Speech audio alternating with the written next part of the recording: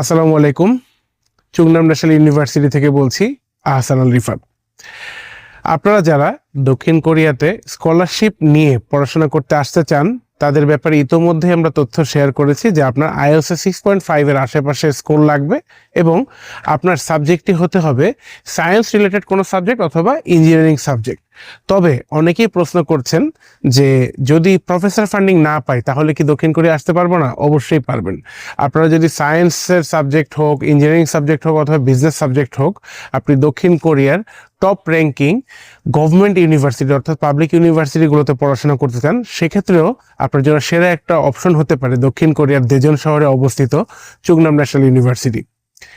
এই ইউনিভার্সিটি থেকে গত ইনটেকে ভিসা ইস্যুয়েন্স নাম্বার দেওয়া হয়েছিল এবং বাংলাদেশ থেকে অসংখ্য শিক্ষার্থী এখানে ভিসা ইস্যুয়েন্স নাম্বার সহ নিশ্চিতভাবে ভিসা পেয়ে দক্ষিণ কোরিয়া এসেছে। তাছাড়াও পাবলিক ইউনিভার্সিটি হওয়ার কারণে এখানে গভর্নমেন্ট ফান্ডিং থাকে, তাই আপনি যে কোনো সময় পেয়ে যেতে পারেন বিকে স্কলারশিপ, অথবা এখানে এমনিতেও আপনি যদি স্কলারশিপ নাও পান আপনি কিন্তু এনজয় করতে পারবেন দারুণ একটা ডিসকাউন্টেড টিউশন ফি, যেটা অন্যান্য প্রাইভেট ইউনিভার্সিটিতে আপনি নাও পেতে পারেন।